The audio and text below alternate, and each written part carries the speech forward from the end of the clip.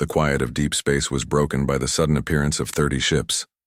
They emerged from what the Galactic Empire's scientists would later call a fold in space-time. The ships were sleek, with smooth lines that seemed to absorb the light from nearby stars. On the side of the largest vessel, bold letters spelled out EDF Horizon. Inside the command center of the EDF Horizon, Admiral Susan Miller stood with her hands clasped behind her back. The view screen showed the vast emptiness of space, but her instruments told a different story. There were watchers out there. Status. Report, she said, her voice calm despite the historical weight of the moment. Humanity had traveled beyond their solar system before, but never had they ventured this far. Never had they deliberately made contact with the Galactic Empire that their long-range probes had discovered. "All ships report successful transit, Admiral," said Lieutenant Paul Green from his station. "No damage or casualties. We're exactly where we planned to be." Susan nodded. "And our visitors?" Captain Alan Foster looked up from the tactical display. 3 Imperial scout ships, holding position at the edge of our sensor range. They've been watching this sector for the past 2 days, just as our intel suggested they would. "They've spotted us," added Communications Officer Kelly White. "Their communications just spiked. They're calling for backup." Susan allowed herself a small smile. "Right on schedule. Let's make sure we look our best for the welcoming committee." The plan had been years in the making. Earth had stayed hidden from the wider galaxy for centuries due to a cosmic fluke. A unique radiation field surrounding the solar system had masked their presence from Imperial scanners. It was only when humans developed their own faster-than-light travel 10 years ago that they discovered they weren't alone in the universe. What they found shocked them. A vast empire ruled the galaxy, controlling thousands of worlds and hundreds of intelligent species. The empire maintained its power through technological superiority and harsh control of resources. Innovation had stagnated. The Imperial Council had ruled for over 40,000 years, and they had grown comfortable in their dominance. Humanity had debated first contact for years. Some wanted to stay hidden. Others wanted to launch a preemptive strike. In the end, they chose a middle path. They would reveal themselves, but from a position of strength. "Imperial fleet incoming," Allen reported. 17 vessels, mostly mid-range cruisers, but they've brought 2 dreadnoughts. They'll be in visual range in 5 minutes. Susan straightened her uniform. "Inform Ambassador Winters.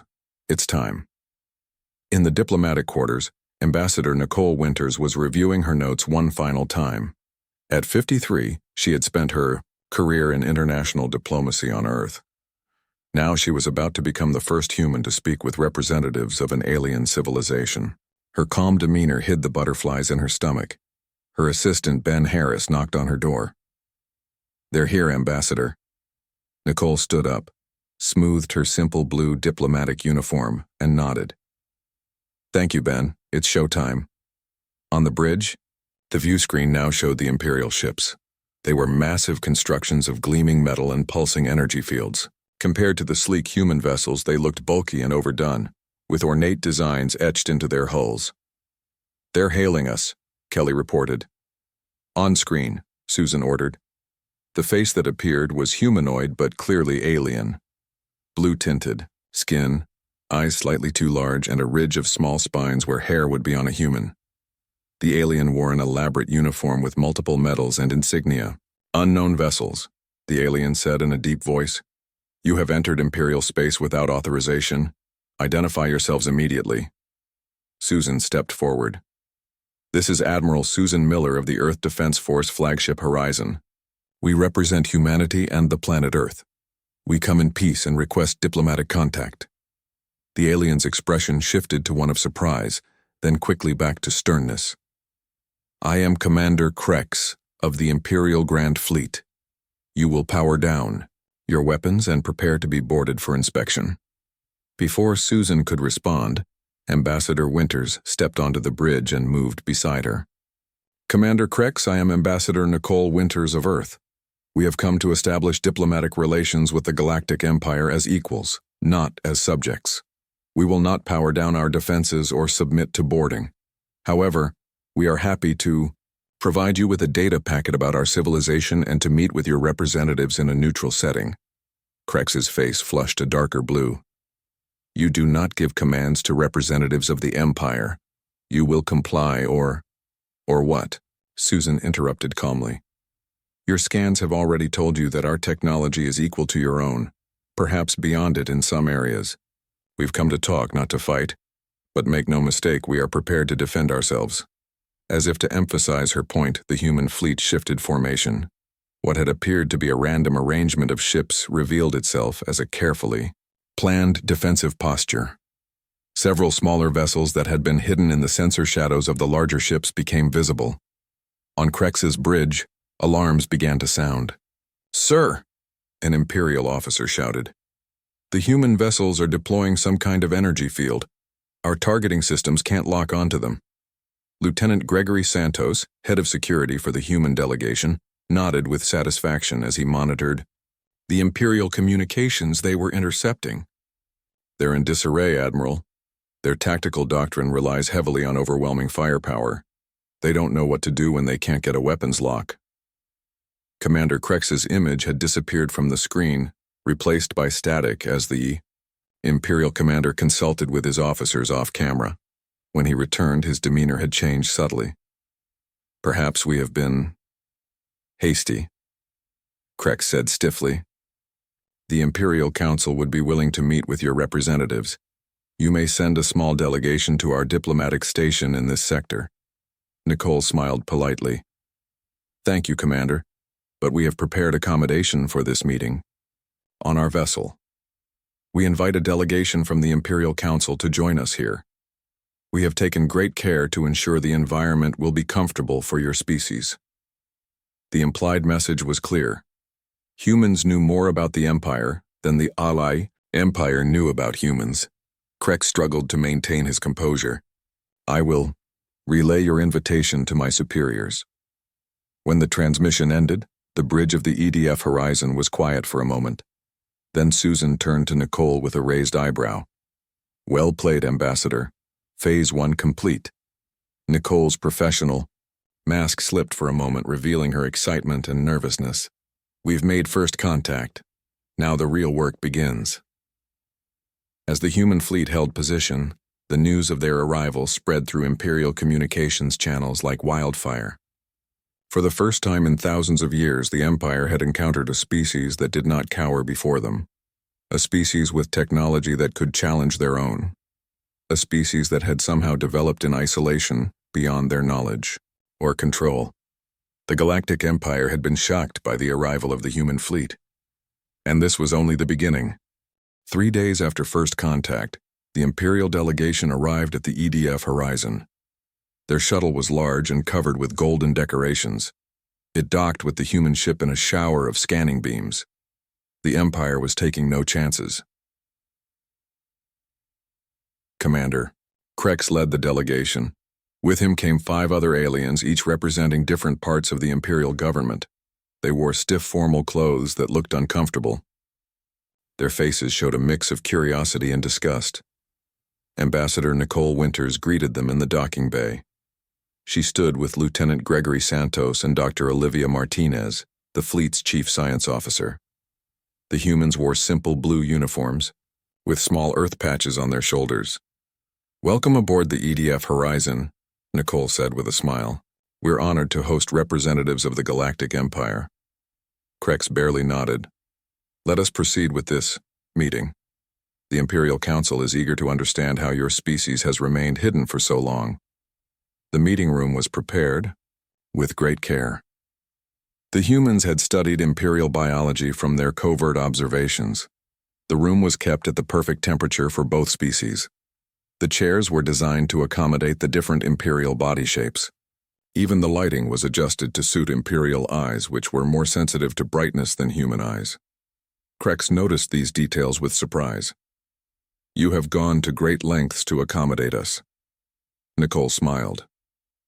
"Of course. Diplomacy begins with comfort and respect." The Imperial delegation exchanged glances. This was not what they had expected. The meeting began with formal introductions. The highest-ranking Imperial besides Krex was Science Minister Vex, a thin alien with pale green skin and 4 arms. He stared at the humans with undisguised scientific interest. "I must admit," Vex said, "our preliminary scans of your vessels show technology that should be beyond a young species. Your propulsion systems, in particular, use principles our scientists abandoned as inefficient thousands of years ago." Dr. Martinez smiled. "Sometimes the path not taken leads to unexpected discoveries. We found that those inefficient principles could be combined with other approaches to create something new." Vex blinked rapidly, a sign of confusion in his species. "But how did you even develop space travel without being detected? Our monitoring systems cover the entire galaxy." "Not quite the entire galaxy," Nicole said gently.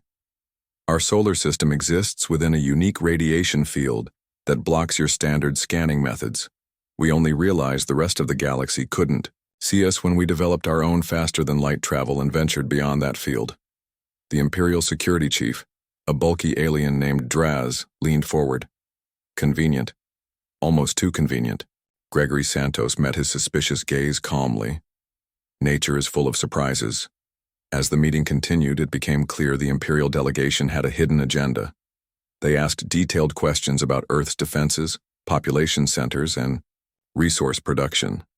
They showed little interest in cultural exchange or true diplomatic relations. During a break, Gregory pulled Nicole aside. "They're gathering intelligence for a military assessment," he whispered. "Every question points to them calculating our strengths and weaknesses." Nicole nodded. "I know. But we expected this. Let them look. We've prepared for it." When the meeting resumed, Nicole surprised the Imperial delegation by addressing their unspoken intentions. "We understand your caution," she said. "A new species with advanced technology must seem threatening to the established order. Let me be direct. Earth has no interest in challenging the Galactic Empire. We seek peaceful exchange and mutual benefit." Krex's face darkened. "You presume much, Ambassador." "Not presumption. Observation." Nicole pressed a button, and a holographic display appeared in the center of the table. It showed recordings of Imperial ships destroying the fleets of other species, forcing worlds into submission. "Our exploratory probes have been watching for years. We know how the Empire typically handles first contact." The Imperial delegation froze. Their secret operations had been observed. This was impossible. "How dare you spy on Imperial military operations?" Krex stood up, his chair falling backward. Admiral Susan Miller, who had been silently observing from the corner, spoke for the first time. "The same way you're trying to spy on us now, Commander. The difference is we're being honest about it." On the Imperial capital world of Nexus Prime, High Chancellor Zorax received the preliminary report from Krex's delegation with growing concern. The council chamber was vast, with high ceilings and ancient artifacts from conquered worlds displayed, like trophies. "These humans are troubling," said Military Commander Jax, a scarred veteran of 100 campaigns. "Their technology is too advanced for a species we've never encountered before. They must have stolen it." Zorax stroked his facial ridges thoughtfully. "Perhaps, or perhaps they are lying about their isolation. Either way, they represent a potential threat to Imperial stability." The economic minister, a female alien named Thar, offered a different view. "Or an opportunity. Their propulsion technology alone could revolutionize our trade networks.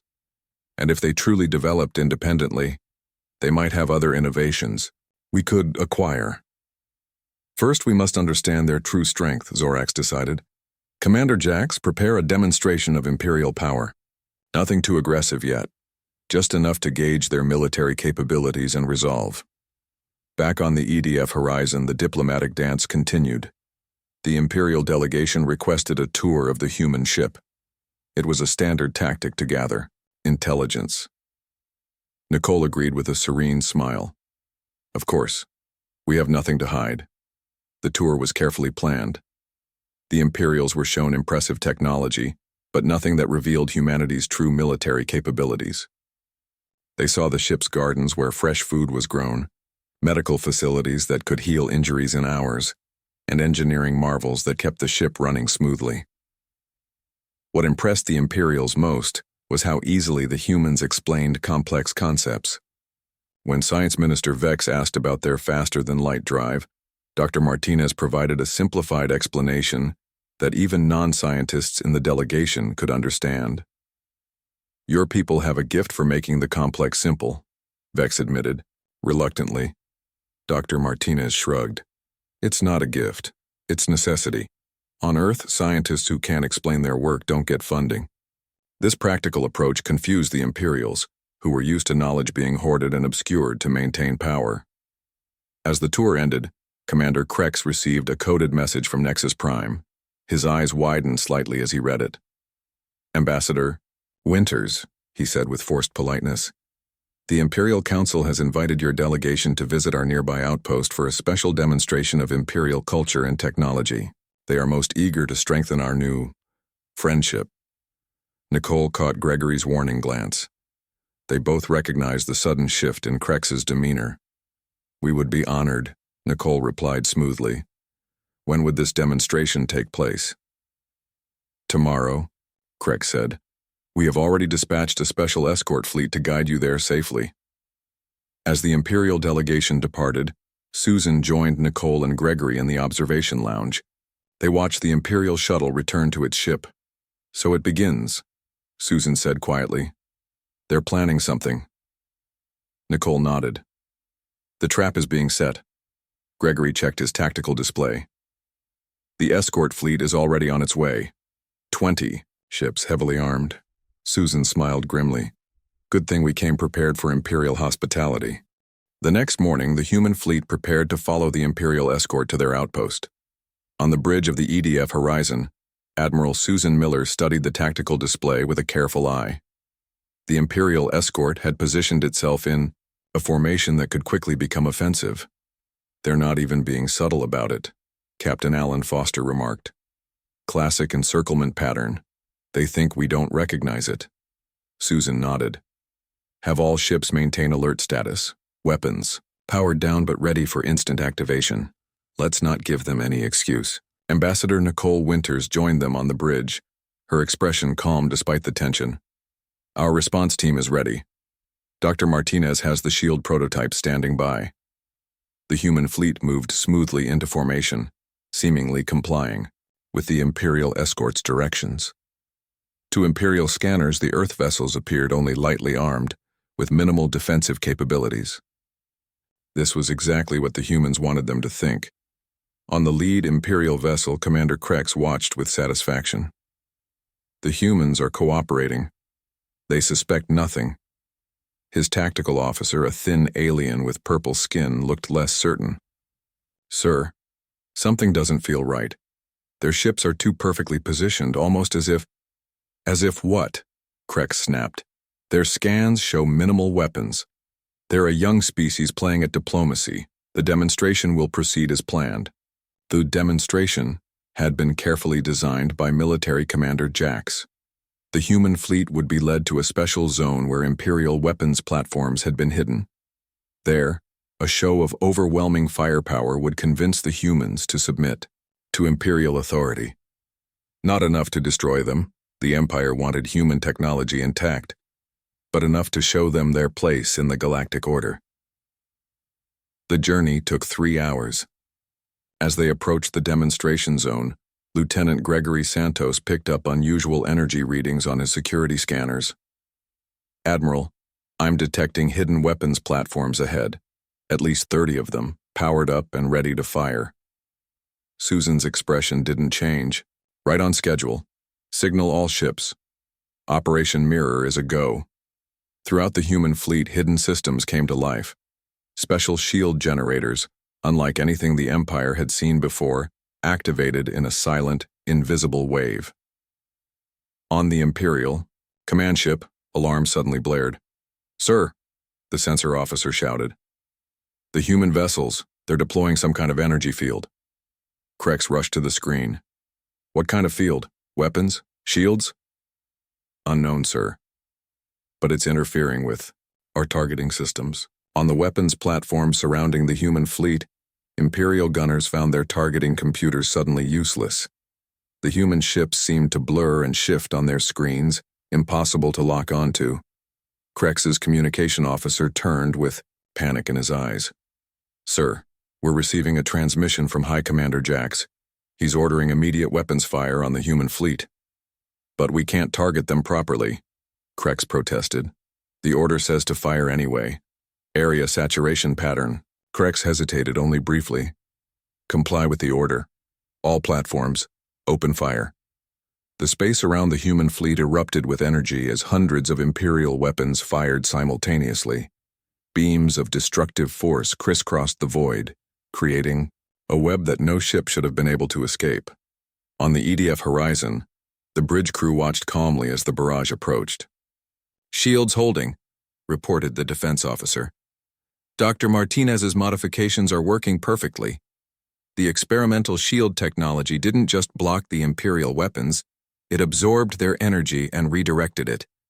Each impact made the HFY shield stronger rather than weaker." Susan turned to Nicole. "I believe this qualifies as an unprovoked attack on a diplomatic mission. You may proceed, Ambassador." Nicole nodded grimly and opened a channel to all Imperial ships. "This is Ambassador Nicole Winters of Earth. Your unprovoked attack has failed. We came in peace, but you have chosen conflict. Be advised that we will now demonstrate our true defensive capabilities." Captain Daniel Wright of the EDF Defiance, positioned at the edge of the human formation, received the signal from Susan. "Time to show them what we can really do. All hands execute Maneuver Omega." The EDF Defiance suddenly accelerated at an impossible rate, moving faster than any Imperial ship could track. It split into 3 separate sections that moved independently, then rejoined behind an Imperial cruiser. On Imperial ships throughout the attack fleet, officers stared in disbelief. "That's not possible," one whispered. "No ship can maneuver like that." The entire human fleet now began to move, executing formations that defied Imperial tactical doctrine. Ships twisted and turned at speeds that should have torn them apart or killed their crews with gravitational forces. Commander Krex watched in growing horror as his carefully planned trap fell apart. The humans weren't just surviving the attack. They were dancing through it. "Ceasefire," he ordered suddenly. "Ceasefire immediately." But it was too late. The redirected energy from the Imperial weapons had charged the human shields to full capacity. Dr. Olivia Martinez, watching from her science station, gave the order. "Mirror shields at full charge. Releasing stored energy now." The human ships glowed briefly, then released the stored energy in a controlled wave. The pulse wasn't directed at the Imperial ships themselves, but at their weapon systems. Throughout the Imperial fleet, weapon banks overloaded and shut down. On the hidden platforms, power systems failed completely. In less than 5 minutes, a third of the Imperial attack force was floating helplessly in space, their weapons and engines disabled. Military. Commander Jax, watching from a cloaked observation vessel nearby, couldn't believe what he was seeing. He had commanded Imperial forces for over a century and had never witnessed such a complete tactical failure. His aide approached nervously. "Sir, we should retreat while our ship is still undetected. The humans clearly have scanning capabilities. Beyond our understanding." Jax snarled in frustration but nodded. "Send word to High Chancellor Zorax. The humans are far more dangerous than we anticipated." On the EDF horizon, Susan assessed the situation with satisfaction. The Imperial trap had been sprung and countered without a single human casualty. Now came the most important part of their plan.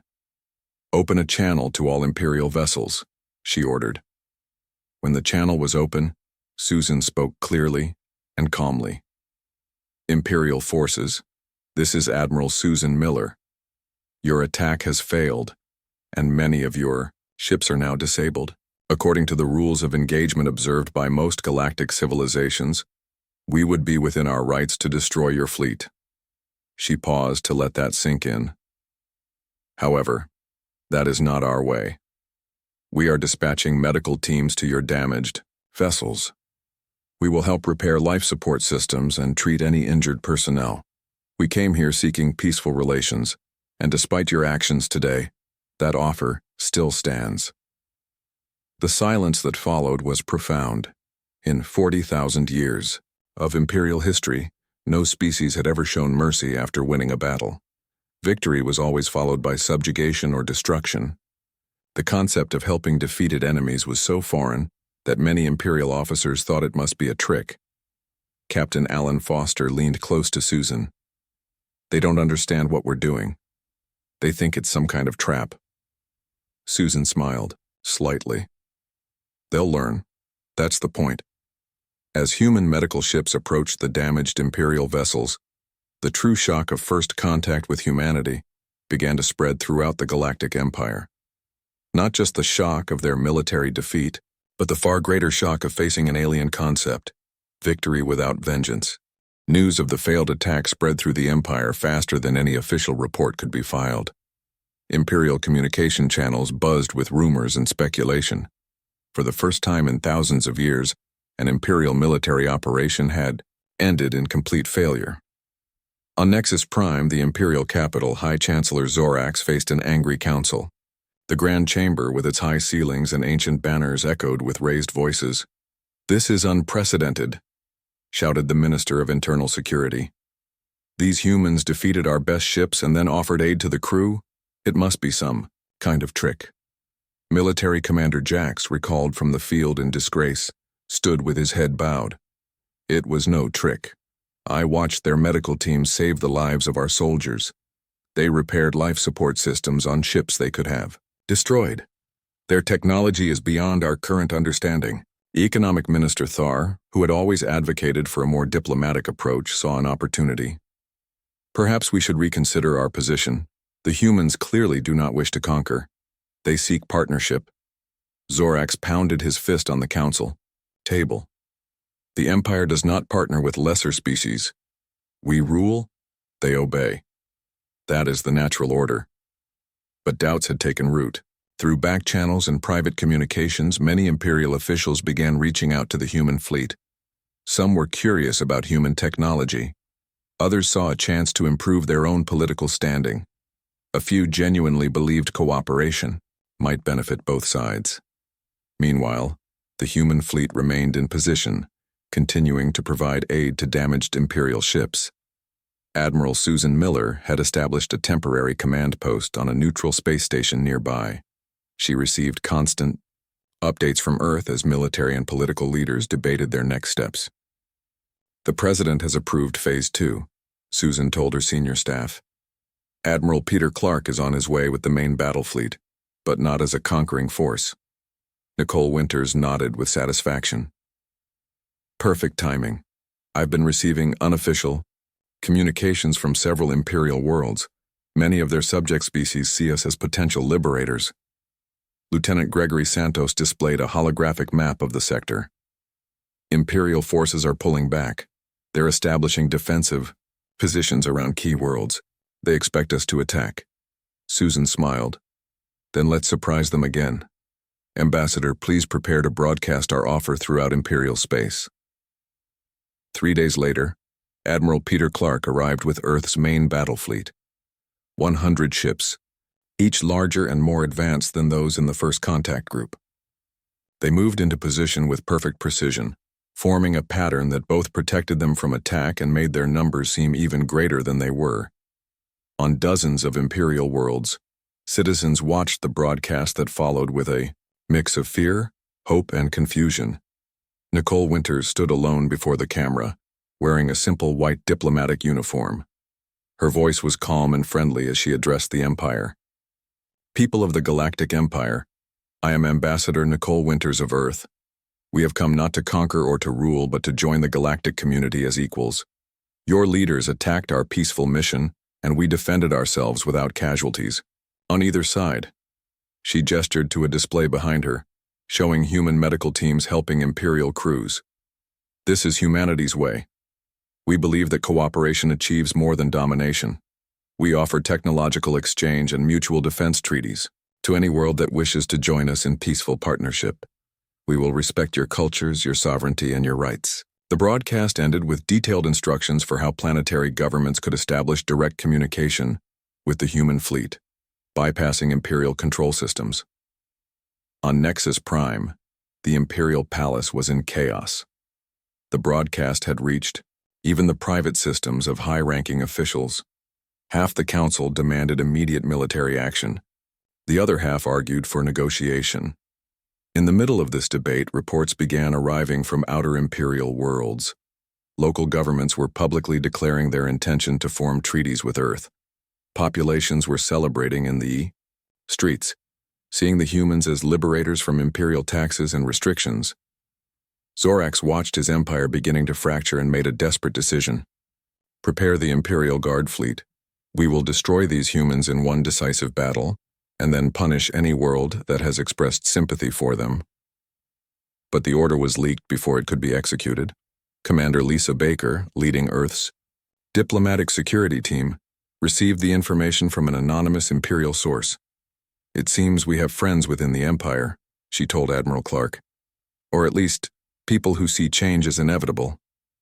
Clark nodded thoughtfully.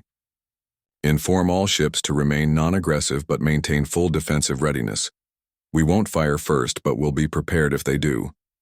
Instead of an attack, something unexpected happened. A massive storm erupted on Talos 4, an Imperial core, world with a population of billions.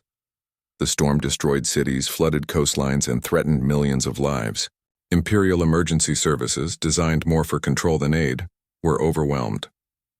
Captain Ryan Johnson, Chief Medical Officer of the human fleet, was the first to notice the disaster in their long-range scans. Admiral, Talos 4 is experiencing an unprecedented natural disaster. They don't have the resources to handle it. Susan Miller didn't hesitate. Redirect our hospital ships immediately. Inform Ambassador Winters that we're launching a humanitarian mission to an Imperial core world. Within hours, Earth ships were the first to arrive at Talos 4. They brought medical supplies, emergency shelters, and advanced weather control technology that helped calm the worst of the storm. Human doctors worked alongside local medical teams, saving thousands of lives. Imperial citizens on Talos 4 couldn't believe what they were seeing. For generations, they had been taught that other species were inferior, dangerous, and selfish. Yet here were these humans risking their own safety to help complete strangers. On Nexus Prime, even the most anti-human factions found it difficult to maintain their position. Footage of human rescue teams pulling Imperial children from flooded buildings spread throughout the Empire's communication networks. Economic Minister Thar seized the moment. She addressed the Council with newfound confidence. The humans have shown us twice now that they are not like other species we have encountered. They defeated our military and showed mercy. Now they save our citizens when they have no obligation to do so. Perhaps it is time we acknowledge that our approach to galactic relations is outdated. Several council members nodded in agreement. The Empire had stood unchanged for so long that many had forgotten any other way was possible. The humans were forcing them to remember, to reconsider, to grow. Zorax saw the changing tide of opinion and knew his position was weakening. Very well, he said bitterly. Extend an official invitation to the human ambassador. The Imperial Council will receive them for formal diplomatic talks. As the message reached the human fleet, Nicole Winters shared a knowing look with Susan Miller. Phase 2 complete, she said quietly. They're starting to understand that we're not here to replace their empire with our own. Susan nodded. Now comes the hard part, helping them build something better.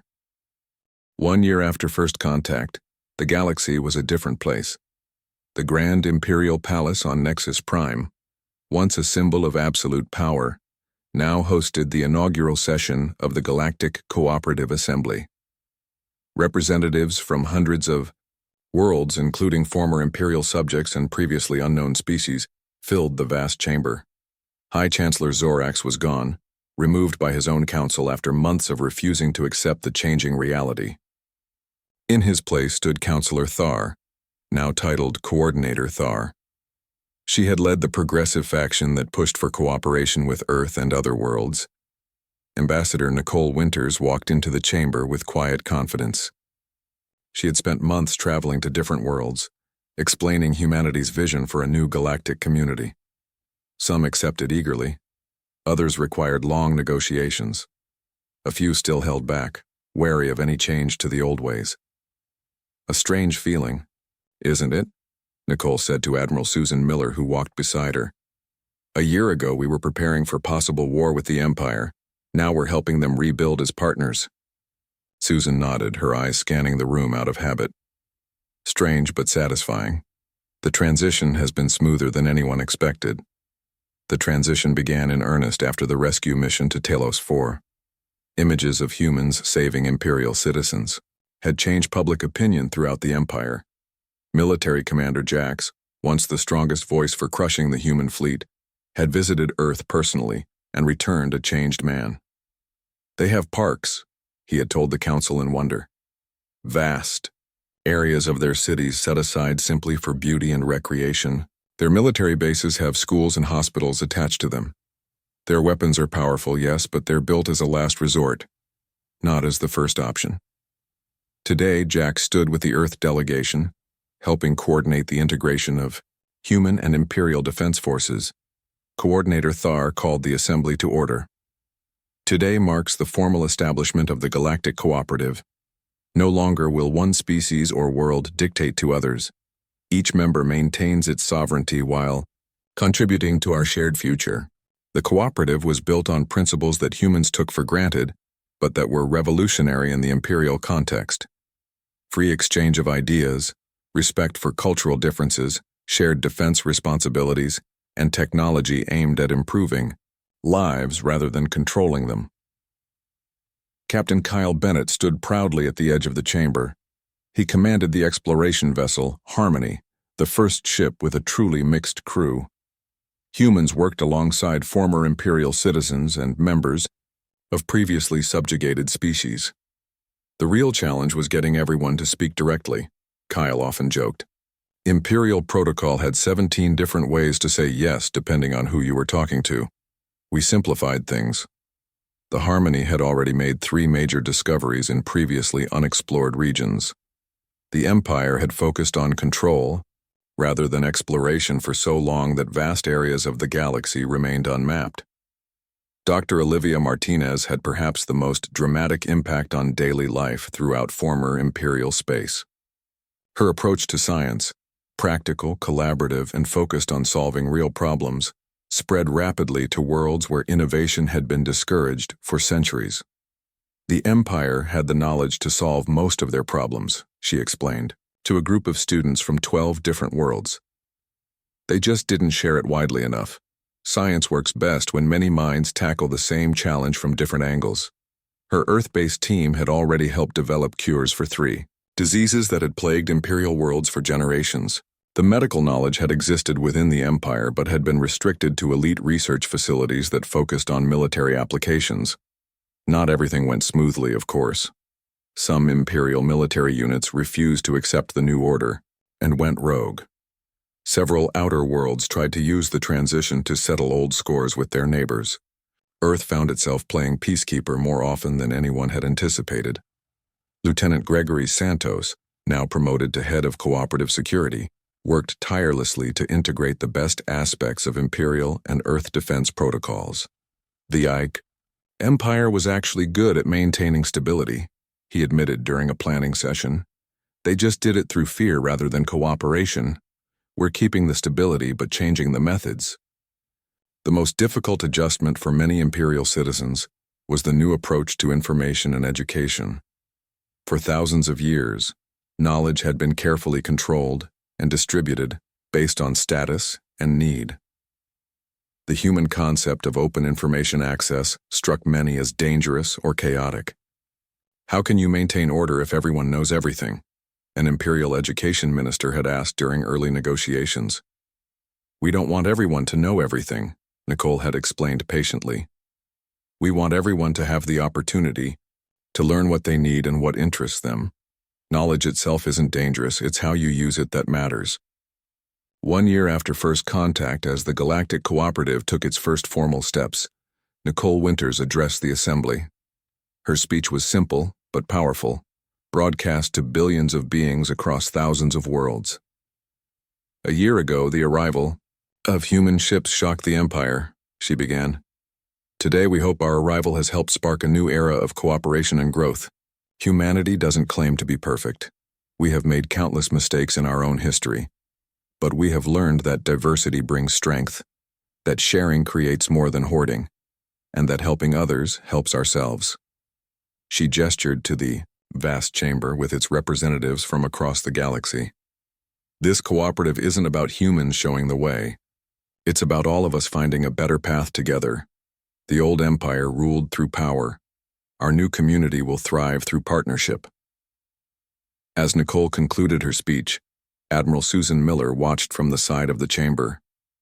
She thought about the careful planning that had gone into first contact, the military preparations they had made in case diplomacy failed, and the genuine desire for peaceful coexistence that had guided Earth's approach.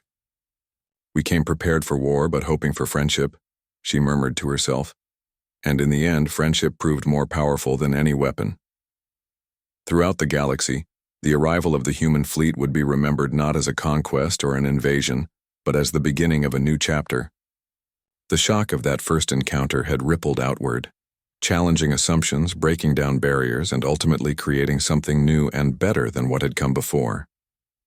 As the assembly concluded its first session, representatives from 100 worlds came forward to sign the cooperative charter.